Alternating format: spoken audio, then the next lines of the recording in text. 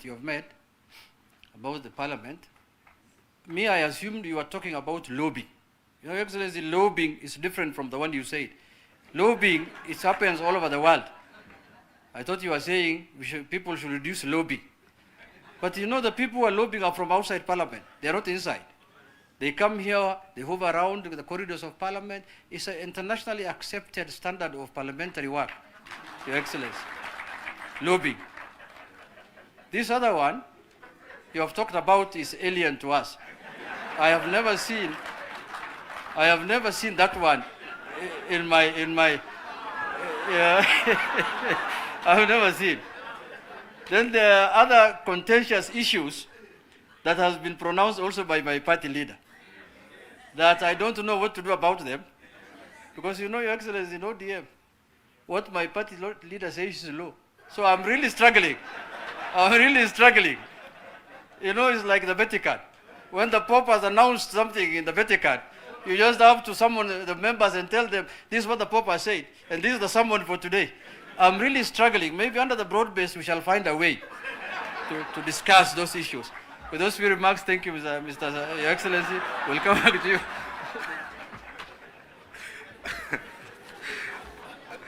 Let us give Honorable Junet a hand of applause. Your Excellency, those are the leaders in the House. Allow me, honorable members and Your Excellencies, to also kindly recognize the presence, not just of the parties that were mentioned. Jubilee, we have the party leader Jubilee, Honorable Sabina, in the House. She's somewhere. Yeah, she's there. We have Honorable Roba, Senator Roba, the leader of UDM. We have the SG of Ford Kenya with us here today. There, Honorable Chikati. We have the deputy leaders in ODM, the Honorable Osoti, Senator Osoti. I am told Governor Simba Arati is here. Oh, there he is. Those are the deputy party leaders in ODM. You will forgive me if there's anybody else I have not been able to recognize. Oh, Honorable Chieng, MDG, party leader. Nopeu, party leader, the Honorable. You have made about the parliament. Me, I assumed you were talking about lobbying. Your Excellency, lobbying is different from the one you said. Lobbying, it happens all over the world. I thought you were saying people should reduce lobbying. But you know, the people who are lobbying are from outside parliament. They are not inside.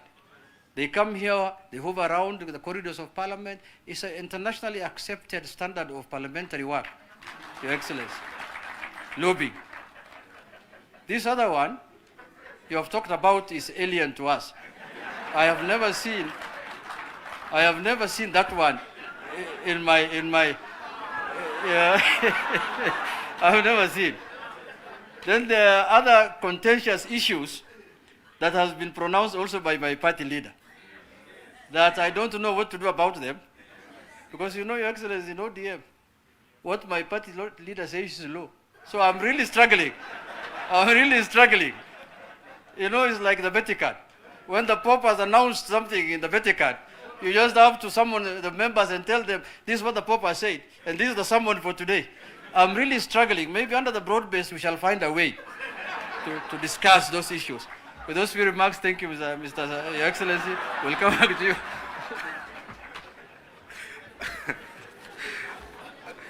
Let us give Honorable Junet a hand of applause.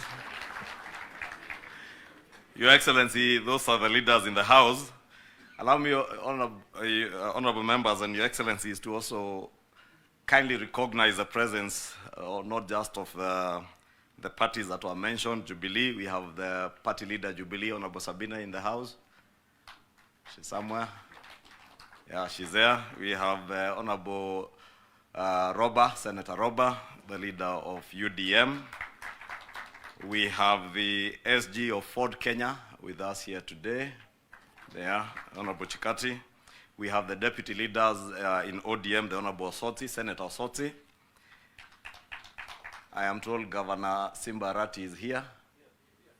Oh, There he is. Those are the deputy party leaders in ODM.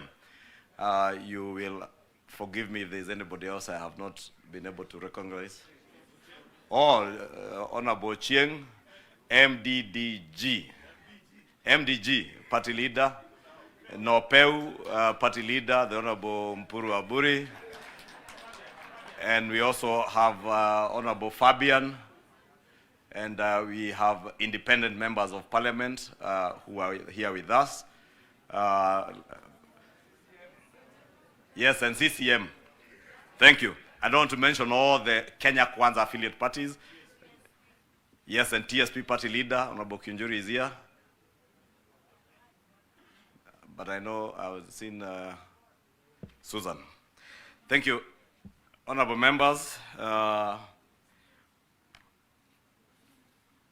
Yes, Susan, Honorable Susan Ngugi is a deputy party leader, TSP. As I mentioned, we have DAPK members who are here. I can see Honorable Kakai Bisau, Honorable Dick Maungu, Honorable Buire of Waipa is also here, and all this, Your Excellencies, are working with us. Your Excellency is, yes, and Honorable Kosing is also there, party leader, KUP, KUP, not the other KUP. Your Excellency the President, Your Excellency the Prime Minister, Your Excellency Deputy President, and honorable members, let me just make very brief remarks. I don't know if I'll earn myself a second term, Your Excellency, like Aaron and Honorable Junet have. But Your Excellency, let me first begin by thanking you two as our party leaders and in the two coalitions. First, for fostering the unity that you have fostered, not just amongst us as members of the parliamentary groups in the different coalitions, but also in fostering our national unity around the country. Your Excellency, I appreciate the remarks made recently by His Excellency, the Prime Minister, on the need for those who are not in this broad-based government to give us space and an opportunity to work.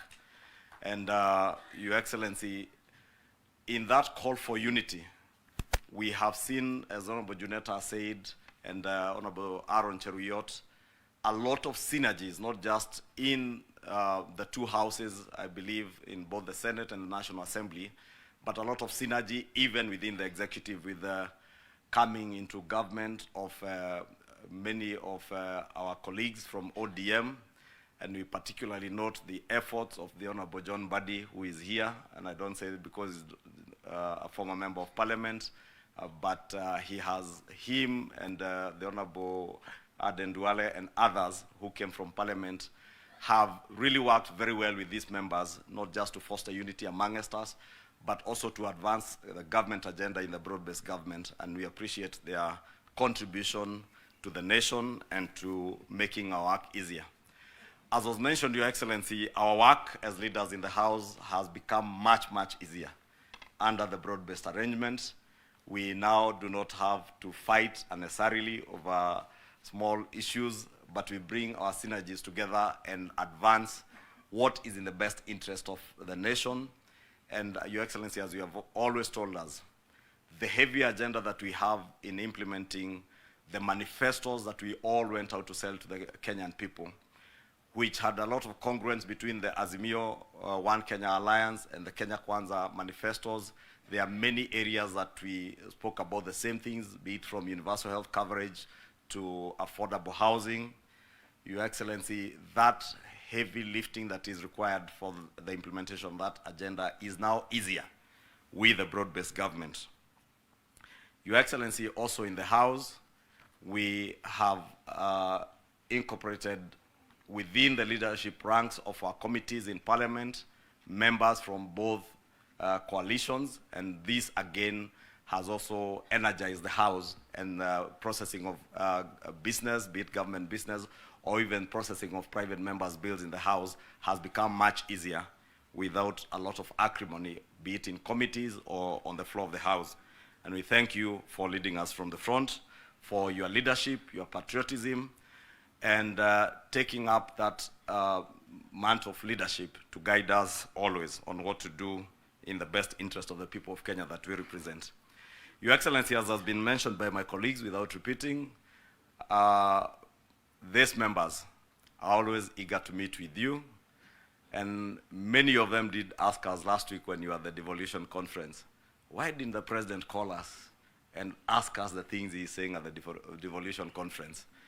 And we have an opportunity, Your Excellency, today to hear from you, and also the Prime Minister. The Prime Minister has been very vocal on matters touching on NGCDF, and Your Excellency,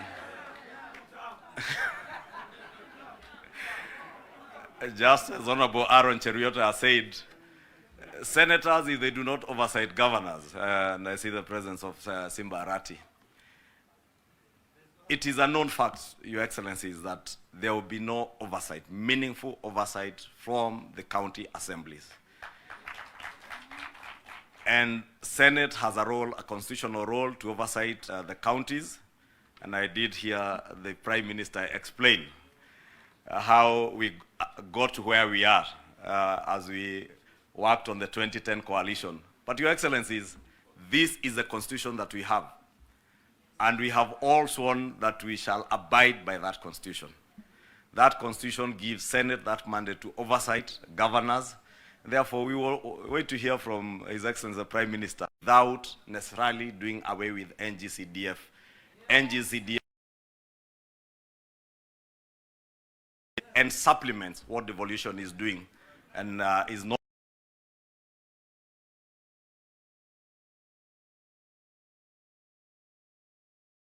wapande kwa hiyo area.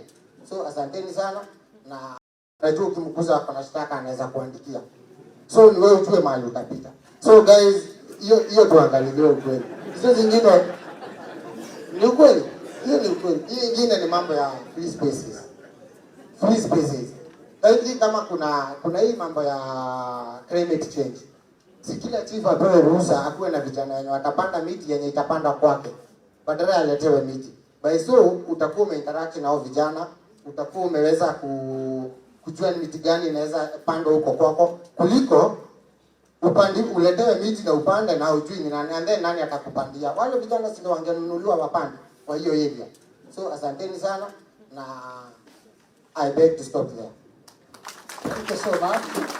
Sasa nataka kumwalika Eve akiwakilisha religious community.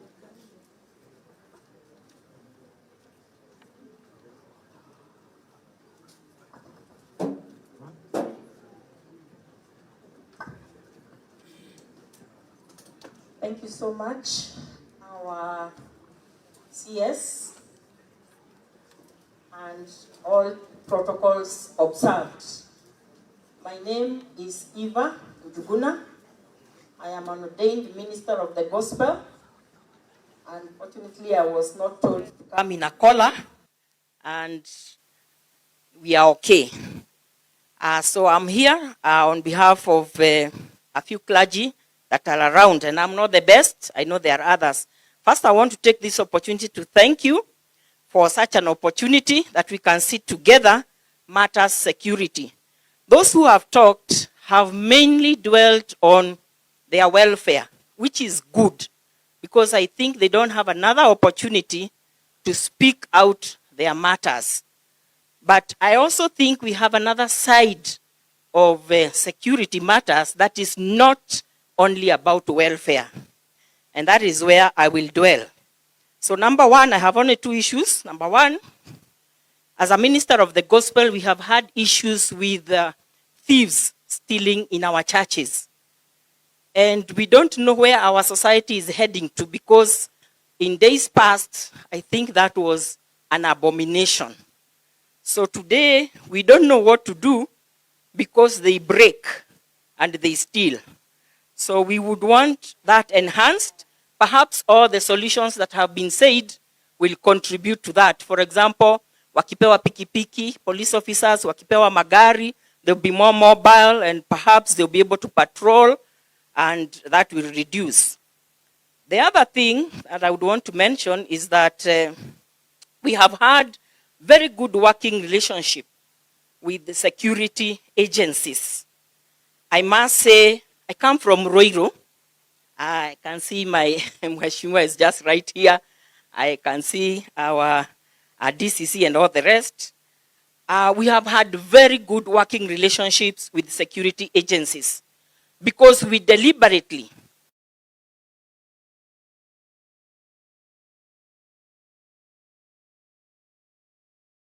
got an opportunity to sit together with the gender officers because obviously speaking, being a woman, issue. So through a movement that I also work with called Groups Kenya, we brought together all the gender desk officers from all over Kiambu. I think some of us are here. But there's one thing that touched my heart that they requested, and I have not had it said here. But because they said it in that forum, they requested that wherever there are gender desk officers, for them to work, easily, because of the issues that come to them, they requested to be equipped with better facilities and even be given things like pads, for example, diapers, and other things like those be supplied to the gender desk officers to make their work easier and better. If you needed to clap, you can clap. Sitakwambia uambie jirani yako, I'm a preacher. But thank you so much. If we have another opportunity, we'll bring up even more issues and solutions. Thank you so much, Pastor Heath, for that wonderful presentation. I'm requesting Lawrence Karanga. Akuja hapa. Ako wapi? Lawrence Karanga. And then, finally, Karaoke from Bar Owners Association. Dakika moja tafadhali. All protocols observed, Bwana CS. Hamjambo. Kwa majina ni Lawrence Karanga Mungai, kutoka sehemu ya Kiambaa. Ama NACADA Certified Recovery Coach. Na nikisimama mbele yenu na kuja kuomba kama tunaweza kuwa na uwezekano tupate a rehab center in Kiambu. Kisa na maana, kwa ofisi ambayo pia naweza taka kurecognize Bwana CS, my DCC Kiambaa akiwa hapa, he's the only DCC I know in the country. Ashatusaidia kutupatia ofisi to operate for free bila kuulizwa. So asante sana, as I appreciate that. We have talked about community-based rehabilitation with NACADA, something that is really helping wale ambao hawana nguvu ya kupeleka wapendo wao in rehabilitation centers. Lakini kwa hiyo makanisa amefungua, na pia nafurahia sana kuona Bishop Mwangi hapa, sababu ndio alifungua kanisa ya kwanza. For us, I was in addiction for very many years, and as I stand before you, I recovered through community-based rehabilitation. So nimekuwa nikipeleka wapendo wetu kutoka Kiambaa all the way to Nyeri and Miritini in Mombasa County. So naweza taka kuomba, sababu pia naona my beloved Deputy Governor, kindly, if it is possible, tufungulieni rehabilitation center ambayo ni subsidized hapa Kiambu, na tutaweza kusaidika sana. Because as you also saw katika NACADA status report, initiation stage inaenda ikiteremka chini. Children of 6 years have started using. Status report pia ikatuambia vizuri sana. 8.5% of the varsity students, they are already supposed to be in rehab centers. So my question is, wakimaliza shule, where will we get those treatments? So kindly, tusaidieni sana na rehabilitation center in Kiambu, na tutashukuru sana. Asanteni. Thank you so much. Sasa nataka nimwalike Jean Nyambura representing the farmers. Ako wapi?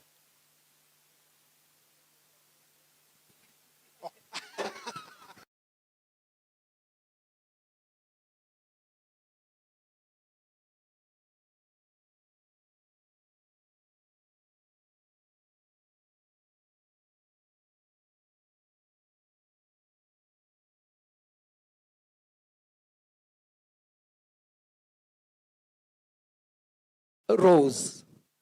Kuna several departments. Let's talk of the counterfeit beer. Pombe yenye tunasemanga ni second generation, third generation. There is what we call the anti-counterfeit agency. It is not felt here in Kiambu. Ndipo ukiambia chief ati ashike pombe mbaya na pombe haramu, hajui chenye anashika. Anajipata kwa shida because he's going to enforce in terms of bar. Anajua nikiambiwa nishike, nitashika bar. Rather than go for those illicit, for those counterfeits, and the rest of those products. So I would urge that there be the collaboration between the county and the national government.